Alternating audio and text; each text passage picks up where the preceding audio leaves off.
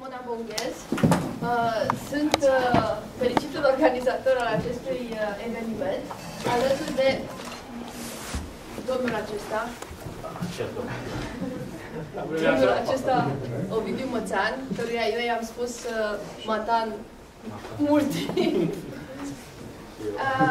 Mă bucură foarte mult că suntem în Cluj. Am vrut să lansăm acest eveniment la Cluj din motive, să zicem, sentimentale. Eu sunt din Baia Mare. La Baia Mare n-am nicio șansă să lansez un eveniment de genul ăsta, dar am vrut să fiu mai aproape de casă.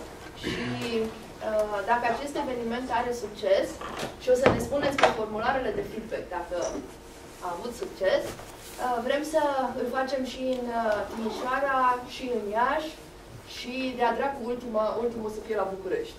După care ne întoarcem iar în Cluj pentru ediția următoare și tot așa, pentru că vedem că există interes. Deci vedem că există interes. Noi am zis, mai facem un eveniment la care o să vină 50 de oameni. Ovidiu nu mi-a zis, dar el a zis că probabil vreo 20.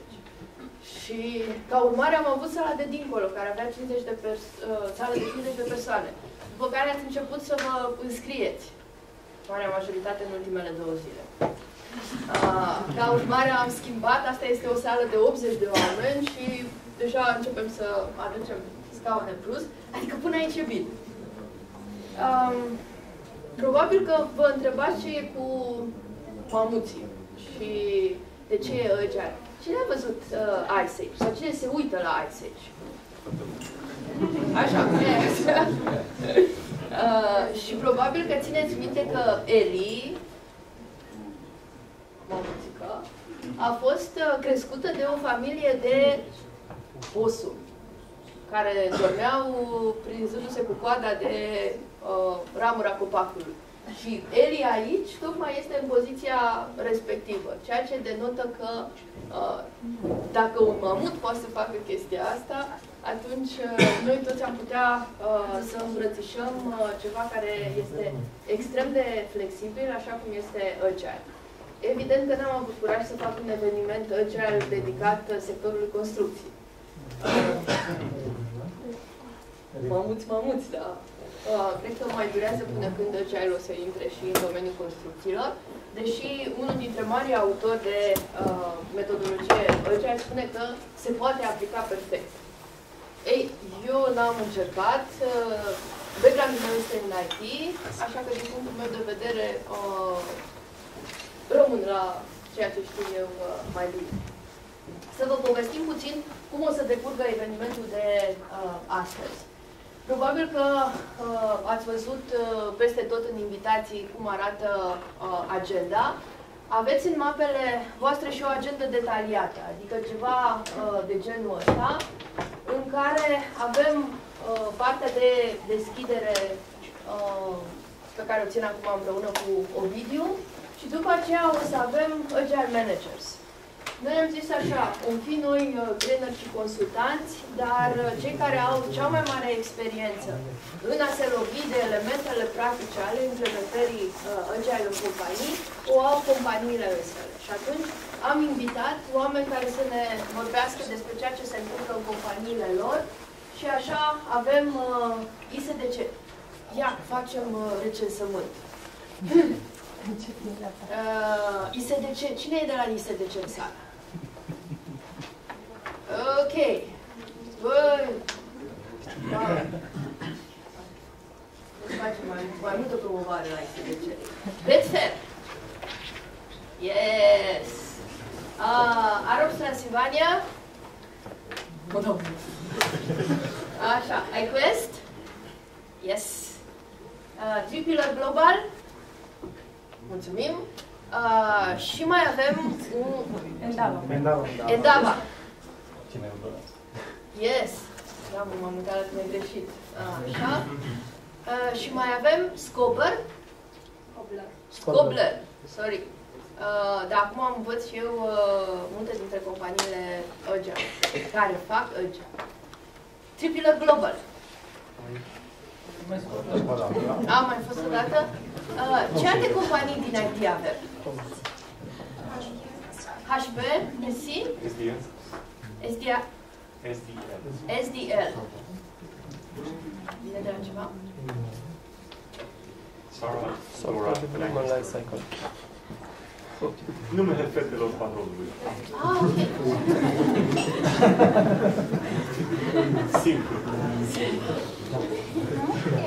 Ok. După ce o să avem prezentările de la companii, respectiv până la pauza de cafea, care acum probabil că o să fie puțin mai târziu, o să continuăm cu Bitdefender. Aici de față Adrian. El este Adrian de la Bitdefender. Am adus și un bucureștean. Adrian lucrează împreună cu mine la Confucius Consulting. După aceea avem Endava, nu care lucra cu mine, dar Endava a spus că nu se poate restrânge în 15 minute și trebuie să-i dau o suprafață mult mai mare. Și am dat. A fost o negociere. Iar eu voi încheia sesiunea înainte de pauza de prânz. E foarte nașpa, asta e termen tehnic învățat de Afimiu.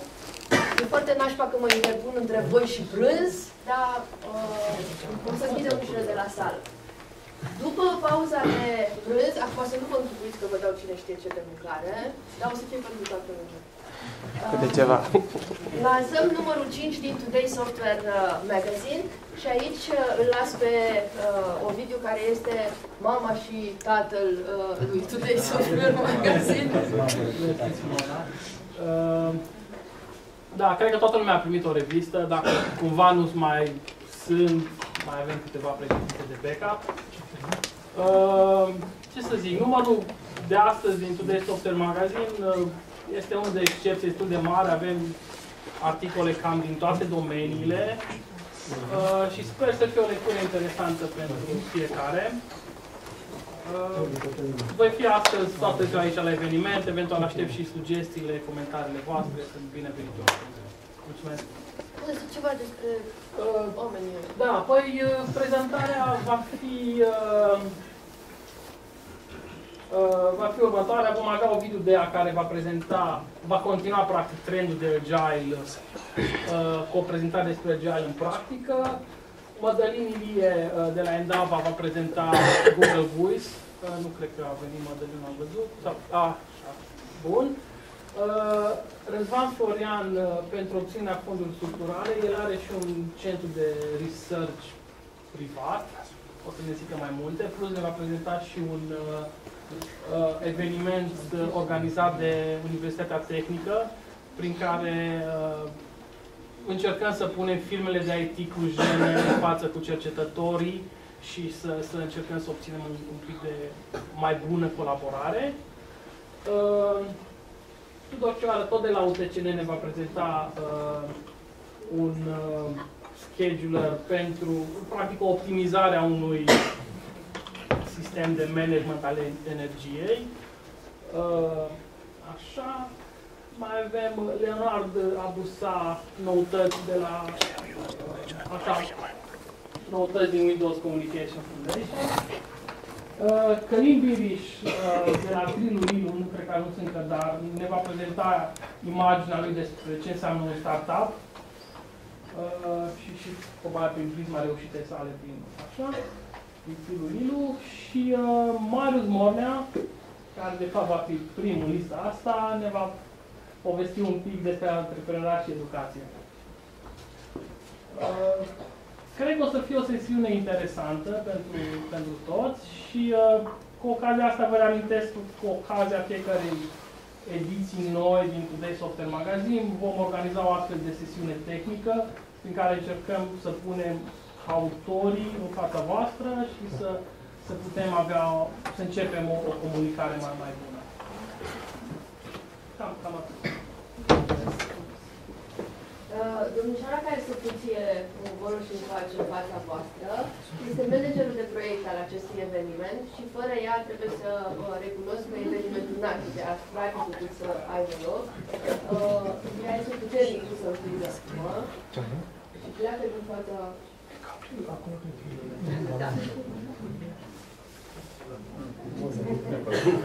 Doar temporar, doar pentru prima prezentare. ce mai trebuie să știți? Că legat de Ice Age și de agilitate, noi avem un concurs